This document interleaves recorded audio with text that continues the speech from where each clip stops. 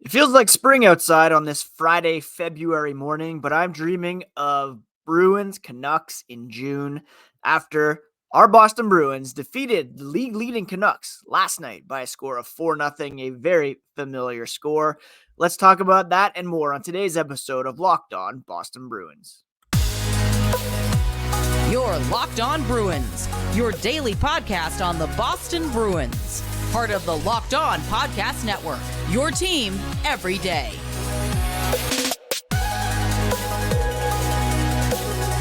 What is up, Bruins fans, and welcome back to the Locked On Boston Bruins podcast. I'm your host, Ian McLaren, and this is a daily show where we discuss all things spoke to be. Today is Friday, February 9th, and I want to thank you so much for making Locked On Bruins part of your daily routine. Free and available on your favorite podcast app and on YouTube. We're part of the Locked On Podcast Network, your team every day. And we are feeling great this morning after the Bruins shut out the Vancouver Canucks to enter into a tie for the league lead in points with that very team. 4-0 score, identical to what the Bruins posted in Vancouver 2011, Game 7 of the Stanley Cup Final. And this very well could be a Stanley Cup Final preview once again, if all the cards fall in the right place. Before we get into that, a quick reminder, you can find the podcast at Locked NHL Bruins on X, Threads, Instagram, and you can find me, my dad jokes, hockey thoughts at Ian C. McLaren. That noise you may hear in the background is Bessie the cat scratching at the mirror of the reflection of herself, which is a little weird. Bess. Anyways, Linus Ullmark made 17 saves last night as the Bruins ended the Canucks' 12-game point streak, a 4-0 win. It was Ullmark's first shutout of the season, a fantastic defensive effort highlighted by a couple of shorthanded goals. Ullmark said he was very impressed with the effort in front of him. They said beforehand that it wasn't acceptable to do what they did last game, which was that 4-1 loss to the Flames where they were outworked, out-hustled, outperformed by the visiting team. The guys really took it to heart, Ullmark said. They came out flying. Brad Marchand setting the example, getting out there, scoring a highlight reel, shorthanded goal, and the Bruins just kept it going. Danton Heinen scored a shorty as well, while Pavel Zacha added a goal and an assist. And David Pastrnak, Charlie Coyle each had 2 assists to lead the way for the Bruins in this one. A complete team effort, and we absolutely loved to see them defeat the Canucks in that fashion. Now, as it pertains to Marchand, setting the tone, like I said, with a shorthanded goal early on. It was the third fastest game-opening shorthanded goal in NHL history. Wayne Gretzky and Dirk Graham shared the record at 30 seconds, and Marchand was able to do it just a bit further into the game than that. His goal came at the 32-second mark. Danton Heinen scored a shorthanded goal at 15:37, just a beautiful goal on Thatcher Demko, while Morgan Geekie scored his 9th, and like I mentioned, Zacha put the bow on things with his 12th goal of the season, 4th of the night for the Bruins. Marchand reached 25 goals in a season for the 10th time, which is second in Bruins history behind Johnny Busick. And Charlie Coyle, with his assists, extended his point streak to 10 games. The Bruins, just an all-out effort here. They did have an even penalty minutes in this one, 10 for the Bruins, 10 for the Canucks. And the Bruins, of course, were able to, they didn't score on the power play, but they got those 2 shorthanded goals, which was just massive in this victory for the Bruins. With the win, Boston pulled into a tie with the Canucks for first overall in the NHL. They each have 73 points, an identical 7-16 point percentages.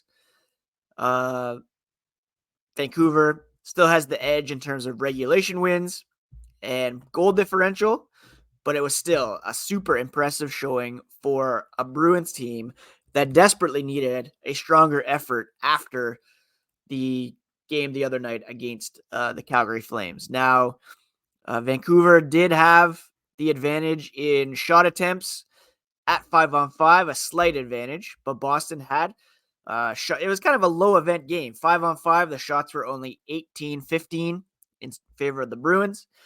Scoring chances were 18-14. High danger chances were 9-8 in favor of the Canucks. In all situations, though, the Bruins were on the positive side of every ledger except for shot attempts. They had more unblocked shot attempts, more shots, more scoring chances, more high danger chances, and slightly more expected goals. And a well-earned victory for the Boston Bruins, again, after a pretty poor showing. Defenseman Hampus Lindholm said it was a good challenge for them to get battle-tested out there. They talk a lot about process, how it's just one hockey game at a time.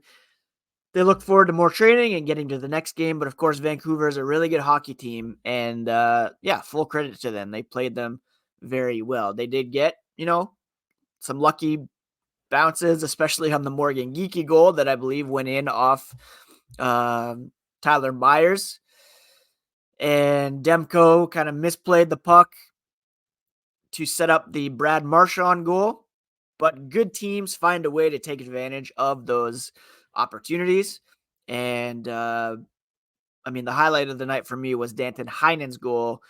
He was sprung by Charlie Coyle. He split Quinn Hughes and Elias Pettersson to finish off the breakaway roof on Thatcher Demko, who, if you refuse a hug from Jeremy Swayman, there are consequences. The universe sees this, and it came back on Demko on this night where he allowed 4 goals against the Bruins.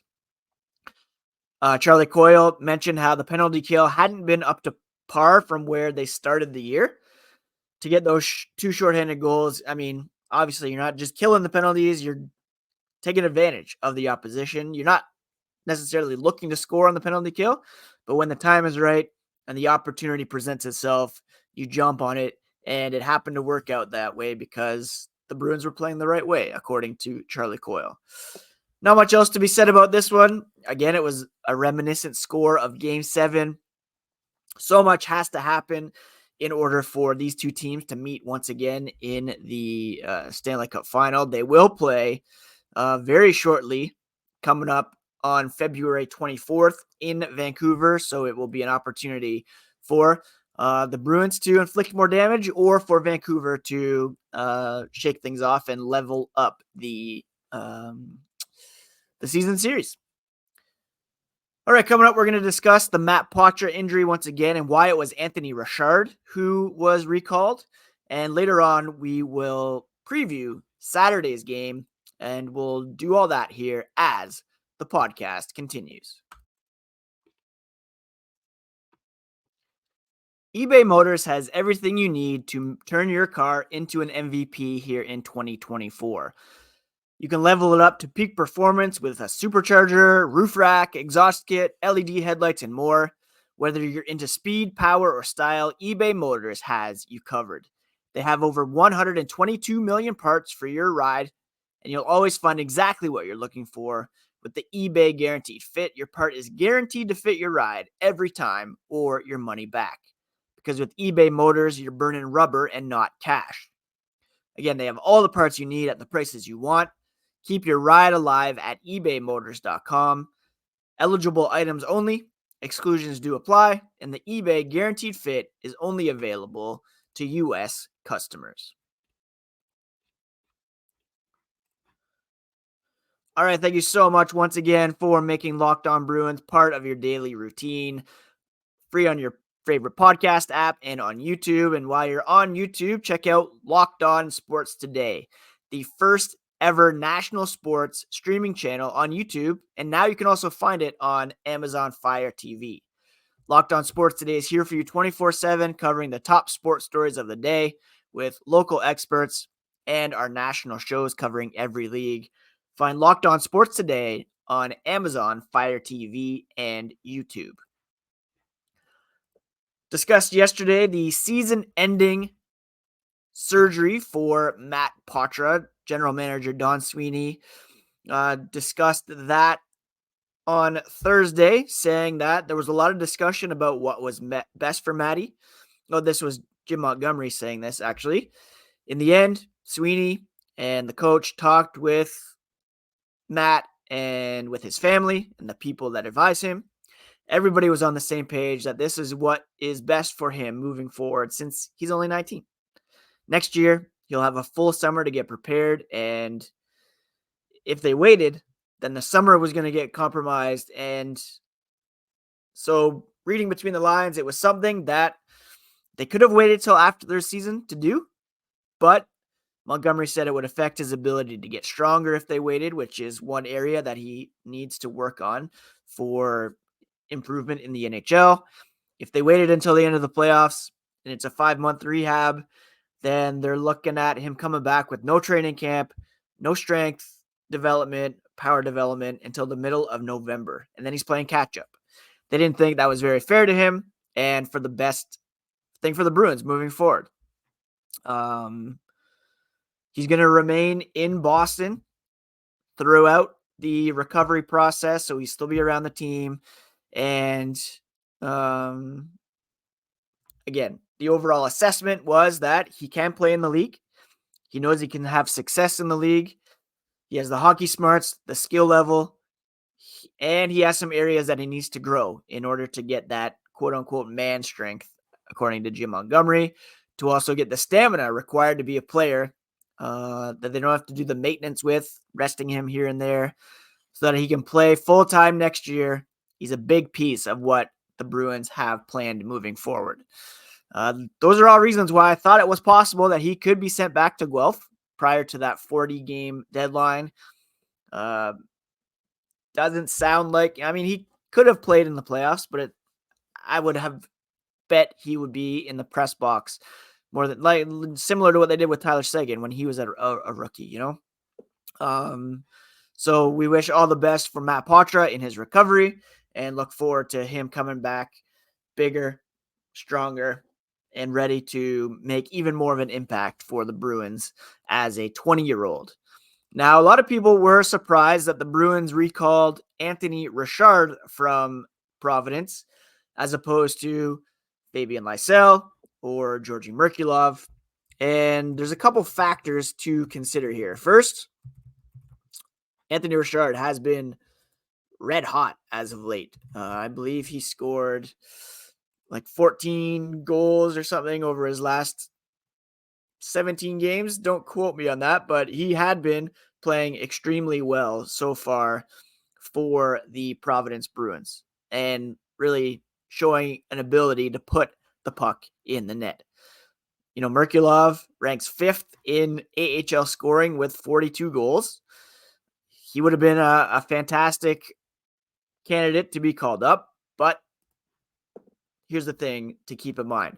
They have yet to put Matt Poitras on LTIR or even IR, so his contract is still on the books. They only have $61,000, $61,558 in available cap space, and Richard's cap hit is only $775 compared to Merkulov, who's at $925, and Lysell, who's at $863. So as they approach the trade deadline, literally every dollar counts when it comes to the cap and what is available at the trade deadline. Richard, cheaper. Plus, he has 38 points in 41 games so far this season, including a Providence high 19 goals. So 0.93 point per game rate. He has, put in the work. He was drafted in the 4th round of the 2015 NHL entry draft. I don't believe he has yet to play in the NHL. And it's probably a situation where he might not even get into the Bruins lineup. Actually, he has played 15 games at the NHL level, 2 for the Predators, 13 for the Canadiens last season, where he recorded 3 goals and 2 assists for 5 points. 19 and 41 games this season. Last year for Laval, 30 goals, 37 assists in 60 games. So he's a proven AHL scorer. And at age 27, he's a guy who, could make an impact coming into to Boston. Now, of course, he is currently listed as the 13th forward, as the Bruins minus Patra. I mean, Patra was a bit of an extra, anyways. Fourth line of Danton Heinen, Jesper Boqvist, Oscar Steen. Richard is probably not bumping out Lauko, or so maybe they'll get him into a game here. But the Bruins have a nice spread out schedule for the time being. I could see them maybe giving him a look for Steen on the fourth line, perhaps, but it's just a body to have up at the moment in case of injury.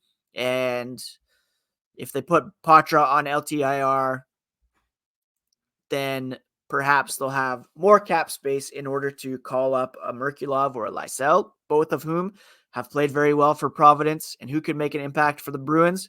But they elected to go with the guy who is cheaper, because they're not sacrificing skill.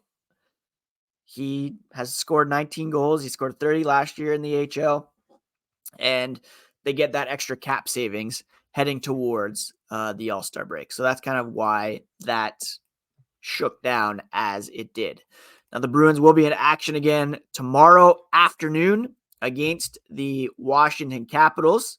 It is a 3:30 p.m. start, and we'll preview that game here as the podcast continues. If you're looking to hire, then there's no better place to look than Indeed. Indeed has the highest quality candidates, and you can find them faster than anywhere else. Indeed is your matching and hiring platform with over 350 million global monthly visitors, according to their data, and a matching engine that helps you find quality candidates fast. And it's not just fast either. It is the highest quality matches compared to other job sites. Listeners of this show will get a $75 sponsored job credit to get your jobs more visibility at Indeed.com/lockedon. Just go to Indeed.com/lockedon right now. Support our show by saying you heard about us on this podcast. You heard about Indeed on this podcast. That's Indeed.com/lockedon. Terms and conditions apply. But if you need to hire, then you absolutely need Indeed. Did you know that even if you have a 401k for retirement, you can still have an IRA? Robinhood has the only IRA that gives you a 3% boost on every dollar you contribute when you subscribe to Robinhood Gold. Now through April 30th, Robinhood is even boosting every single dollar you transfer in from other retirement accounts with a 3% match. No cap on the 3% match. Robinhood Gold gets you the most for your retirement thanks to their IRA with a 3% match. This offer is good through April 30th. Get started at robinhood.com/boost. Subscription fees apply. Now for some legal info. Claim as Q1 2024, validated by Radius Global Market Research. Investing involves risk, including loss. Limitations apply to IRAs and 401ks. 3% match requires Robinhood Gold for 1 year from the date of the first 3% match. Must keep Robinhood IRA for 5 years. 3% matching on transfers is subject to specific terms and conditions. Available to U.S. customers in good standing. Robinhood Financial LLC is a registered broker-dealer.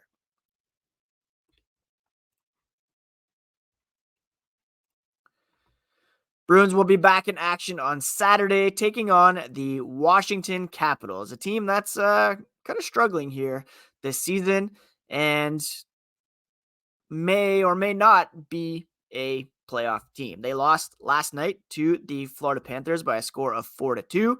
And so they'll be looking to get, back in the thick of it against a Bruins team that is coming off a huge win over Vancouver. It's the first of 3 meetings between these two teams.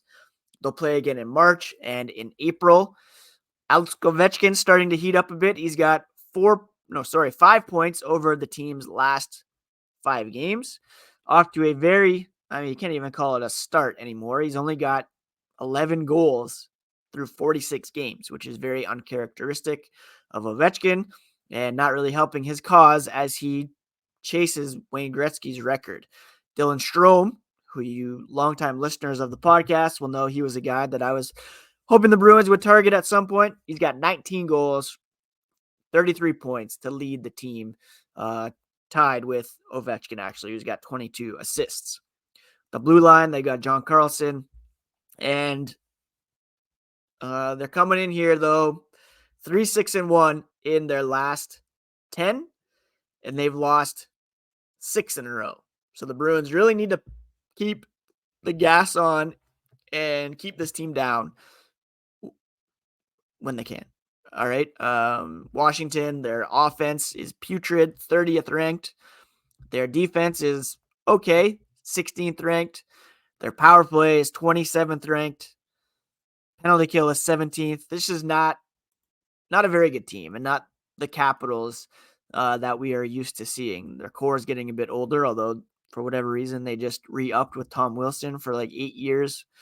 They are currently 7th in the Metropolitan Division, and they are how many points out of a wild card? 7 points out of the wild card race. So pretty much cooked. Although I did trade for Charlie Lindgren in my fantasy pool and hoping that he continues to show the 912 save percentage. He was pulled in their previous game in favor of Darcy Kemper. Kemper played in the game yesterday against Florida and lost, so I'd expect Lindgren to be in there. The Bruins, for their sake, hopefully he continues to put in not the best numbers, but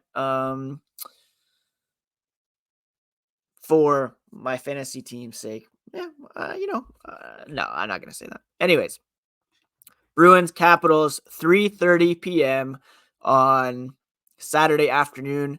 The Bruins will be off from that point until Tuesday, when they will continue this homestand against the Tampa Bay Lightning, who were thumped last night by the New York Islanders. So 3:30 p.m. Eastern game. No games Sunday, so you can enjoy the Super Bowl. And then the Bruins will be back in action on Tuesday. A very, very winnable game against the Capitals here, a team that is floundering and pretty much cooked. All right, that's it for today's episode of Locked On Boston Bruins, my friends. And I hope you take care of yourselves, take care of each other, have a good weekend, enjoy the record-breaking warm weather. Well, we're having that up here anyways. And I really do look forward to talking about hopefully another Bruins win on Monday.